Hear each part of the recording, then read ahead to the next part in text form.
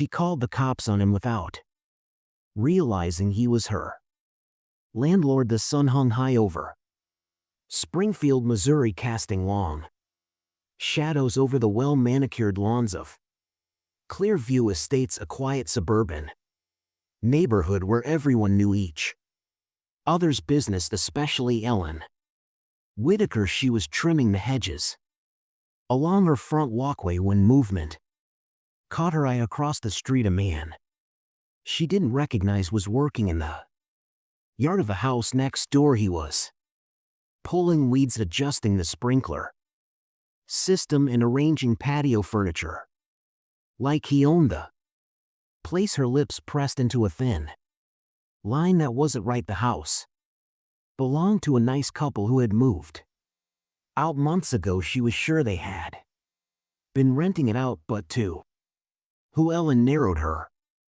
eyes, he didn't look like the kind of person who should be in this neighborhood. Not that she was racist, of course not, but she knew trouble when she saw it, and this looked like trouble. She let her shears clatter onto the porch table, wiped her hands on her gardening gloves, and marched across the street. "Excuse me," her voice came out sharper than intended, but she didn't care. She stopped just short of the front lawn, crossing her arms. "What exactly are you doing here?" The man straightened up from where he'd been adjusting a flower bed, brushing dirt off his jeans. He was tall, maybe in his early 40s, with close-cropped hair and an easy posture. "I live here," he said simply, like that was supposed to settle things. Ellen blinked. "You live here?" "That's right." Her nose wrinkled. "Since when?" "A few months now." He studied her, his expression unreadable. "And you are Ellen Whitaker?" "I live right across the street." She waved a hand toward her house. "I've been in this neighborhood for years, and I know for a fact the people who owned this place moved out. This house was supposed to be rented, not." She hesitated, taken over by some stranger. The man didn't react. If anything, he looked amused. "Taken over?" "Ma'am, I own this house." Ellen's eyes flickered with disbelief. "That's not possible." He wiped his hands on his jeans. "Well, it is." Something about his calm demeanor made her even more irritated. He didn't seem nervous, didn't seem like he had something to hide, but that didn't mean he wasn't lying. "I'm going to have to ask you to prove that," she said, standing a little taller. The man sighed, shook his head slightly, and turned back to his work. "I don't have to prove anything to you." That set her off. "Excuse me, this is a private neighborhood. I have every right to know if someone is squatting in a home next door to me." He chuckled under his breath, like she was making a fool of herself. "Squatting, lady? I'm not squatting." Her jaw tightened. "Then you won't mind showing me some proof, right?" He exhaled through his nose, clearly losing patience. "I don't know you that was it." She wasn't going to let this slide. Ellen whipped out her phone. "Fine. If you won't prove it, I'll get someone who you don't belong here, and I will get to the bottom of this." The man shook his head again, muttered something under his breath, and went back to his work like she wasn't even standing there. That infuriated her more than anything.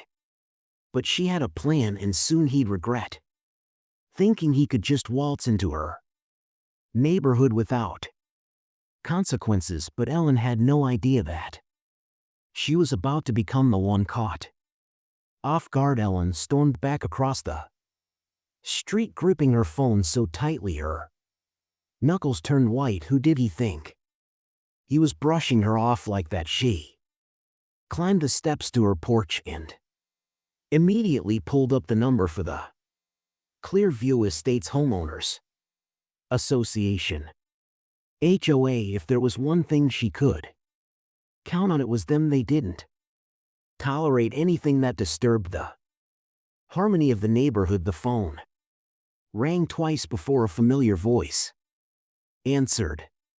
Clearview Estates HOA, this is Brenda. Speaking. Ellen didn't waste a second. Brenda, it's Ellen Whitaker from 114. Listen, we have a problem. There's a man over at 166 some stranger says he owns the place. I know for a fact the previous owners moved out, and I'm pretty sure this guy is not supposed to be there. Brenda let out a little sigh, the kind that said she was already regretting picking up the call. Ellen, are you sure he's not a new homeowner? We process sales all the time.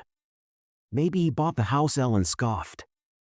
Oh please, do you really think I wouldn't know if there was a sale? I talked to everyone on this street. No one mentioned new owners. I think we've got a squatter on our hands. Brenda hesitated. That's a serious accusation. Did you talk to him? Yes.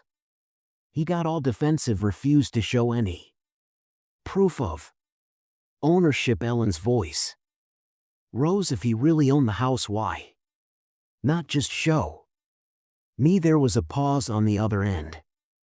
Then I can check the records and see if we have anything on file. Great, Ellen said, tapping her foot impatiently. Brenda put her on hold. Ellen stared across the street, watching the man know the intruder as he calmly watered the lawn. He was acting like he belonged there, but that was the problem. He didn't. After what felt like forever, Brenda came back on the line. Ellen. Brenda's voice sounded careful now. The house was sold about 6 months ago. It's under a new owner. Ellen froze. What the records show, it's owned by a man named D. Harris. That made no sense. How could the house have been sold without her knowing? The only way that could happen was if her stomach twisted. She had rented this house out, hadn't she, years ago when she hit some financial trouble? It had been temporary, or at least that's what she told herself. But now Ellen. Brenda's voice pulled her back. I can send over a copy of the deed if you like, but as far as we're concerned, Mr. Harris has every right to be there. Ellen swallowed hard. No, this isn't right. Something's not adding up. Brenda exhaled. Ellen, I think you should. But Ellen had already hung up. If the HOA wouldn't do anything, she'd go higher. She scrolled through her contacts until she found the number for Officer Tom Wilkins, the local cop she'd known for years. It rang once, twice. Wilkins, a gruff voice, answered. Tom. It's Ellen, she said, her words rushing out. I need an officer over here now. There's a man trespassing at 116 Clear View Drive. Says he owns the place, but something about it isn't right. Did you see him break in? Wilkins asked, his tone skeptical. No, but Hugh's been lurking around, messing with the yard, and he refused to prove he's supposed to be there. Wilkins sighed. Ellen, we can't just show up because someone looks suspicious. Ellen felt heat rise to her face. Tom, I know this neighborhood. I know when someone doesn't belong. Can't you just do a welfare check? At least make sure he's telling the truth. Another sigh. Then reluctantly, all right, I'll swing by. She exhaled in relief. Thank you, Tom. Hanging up, she folded her arms and smirked across the street. Let's see how confident that man was when the police got involved. But Ellen was about to find out that she wasn't as powerful as she thought. The unmistakable blue and red lights reflected off the pristine white garage doors of 116 Clearview Drive as a patrol car rolled up the quiet suburban street. Ellen watched from her porch, arms folded, lips pressed into a thin line of satisfaction. Officer Tom Wilkins stepped out first, a man in his late 50s with a thick mustache and a gut that hinted at too many diner breakfasts. Beside him, Officer Naomi Brooks, younger, sharper, her uniform crisp, her expression unreadable. Ellen wasted no time. She marched down her front steps, meeting them before they even reached the yard. "Thank you for coming so quickly," she said, casting a glance toward the man still working in the yard. He didn't seem phased, didn't even acknowledge the police's arrival. That irritated her. Wilkins adjusted his belt. "All right, Ellen, tell me what's going on." She crossed her arms. "This man Daniel Harris claims he owns this house. I find that very hard to believe." Officer Brooks raised an eyebrow. "Why is that?" Ellen blinked.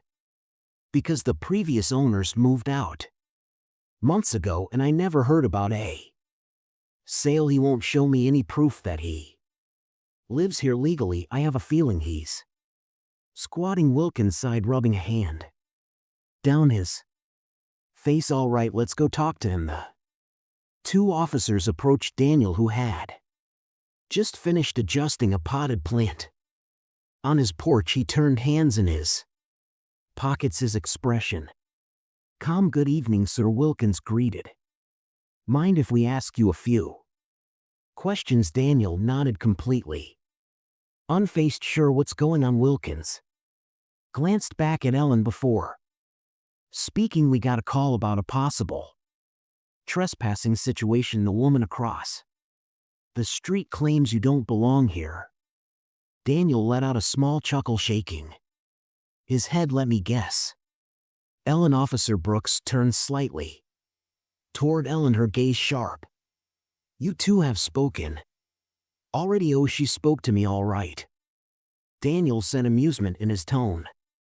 "Demanded I prove I live here when I didn't. I guess she called you guys." Wilkins sighed. "Sir, do you have any form of identification that shows you live here? A utility bill, a driver's license with this address?" Daniel nodded, reaching into his back pocket and pulling out his wallet. He handed Wilkins his ID, clear as day. The address, 166 Clearview Drive. Ellen's stomach twisted. Officer Brooks peered over Wilkins' shoulder, nodded. "That checks out." Wilkins handed the ID back. "Sorry about the trouble, sir. Just doing our job." But Ellen wasn't done. She took a step forward, her voice sharp. "That doesn't prove he owns the house. He could be renting." Daniel exhaled through his nose, clearly running low on patience. "You're right," he said, pulling out his phone. "Let's settle this once and for all." A few taps on his screen, and then he turned it toward the officers. "The deed, his name in black and white." Officer Brooks took a step closer, scanning the screen. Her expression remained neutral, but there was something in her eyes, something that said she understood exactly what was happening here. Wilkins nodded, clearing his throat. "That's official. This man owns the house." Ellen's heart dropped. No, that couldn't be right. There had to be a mistake." "But," she started, but Officer Brooks cut her off. "Mrs. Whitaker, did you check the HOA records before calling us?" Ellen swallowed. They said the house was sold, but I just..." Officer Brooks raised an eyebrow. "But what?" Ellen had nothing to say. Daniel slipped his phone back into his pocket and sighed. "Look, I don't know what you were hoping to accomplish here, but I'm not going anywhere. You should probably check your paperwork before accusing people of neighborhood slipping through her fingers." Daniel stepped forward, his voice calm but firm. "You've been living here for years, huh?" Ellen barely nodded. "And you really didn't know you were renting?" The humiliation burned through her. She had ignored the emails, skimmed over the lease agreement, convinced herself it was all Temporary, but now she had no excuses. Left Daniel tilted his head. Well, now you do. She looked up at him, unsure of what to say. What happens? Now for the first time Daniel truly smiled, but it wasn't the kind of smile that puts someone at ease. It was the kind of smile that reminded you that your choices had consequences. Well, Ellen, he said, slipping his hands into his pockets, I guess that depends on me, doesn't it? Her stomach dropped. Daniel pulled out his phone, tapping on the screen before glancing back at her. Your lease expires in 3 months. Ellen felt her pulse spike. I could let you stay, Daniel continued, his tone thoughtful, but honestly, after today, after the way you treated me, why would I? Ellen's breath caught. Wait. Daniel held up a hand. No, you wait. She fell silent. I could have been anyone, Daniel said, his voice even but sharp. A friend of the owner, a family member, a guy hired to fix something, but you didn't ask. You didn't give me a chance. You just assumed the worst, and then you called the cops on me in my own home. Ellen had nothing to say. Daniel studied her as if deciding something. I should evict you, he said. Her stomach twisted. Please, she whispered. The word tasted like ash in her mouth. Daniel exhaled through his nose. Lucky for you, I don't make decisions out of spite, but you better to believe I have zero patience for this kind of nonsense. Ellen clutched her arms, feeling like a child being scolded. Daniel took a step back. You've got 3 months left. If you want to renew, we'll talk, but if I hear so much as a whisper about you making trouble for me again, you're out. No discussion. Ellen barely breathed. I understand. Daniel nodded. Good. Then, without another word, he turned and walked inside, shutting the door behind him. Ellen stood there, her face burning, her heart pounding. For the first time in her life, she realized she wasn't the one in control, but the real lesson hadn't even sunk in yet. Ellen sat on her front porch long after Daniel had gone inside. The weight of everything settled heavily on her chest. For years she had lived under the illusion of ownership, control, power, the belief that she was somehow above the people who rented in this neighborhood, and now she was one of them. Worse than that, she had nearly lost her home because of her own ignorance. Her hands trembled as she scrolled through her emails again, rereading the documents she had ignored. For years the warnings had been there. The papers had been signed, and yet she had been so sure that her version of reality was the right one, so sure that she had nearly ruined someone else's life over it. She thought back to the way she had looked at Daniel, the way she had assumed the worst before she even knew his name. If he had been anyone else, someone without documentation, someone without patience, how different would this have gone? She had called the police on the man who owned her home. What if things had escalated? What if Daniel had gotten angry? What if the officers had been different? The thought made her sick. She had lost power over this neighborhood, but maybe she had never really had it to begin with. 3 months, that's how long she had left to figure out where to go from here. She closed her eyes and let out a slow breath. Maybe this was what she deserved. Maybe it was time she finally learned. How many times have you made a judgment about someone without knowing their full story? How often do we assume we're in control only to find out we never were? This story is a reminder that ignorance is dangerous, entitlement is fragile, and sometimes the truth humbles us in the most unexpected ways. Think before you judge, read before you sign, and always check your own paperwork.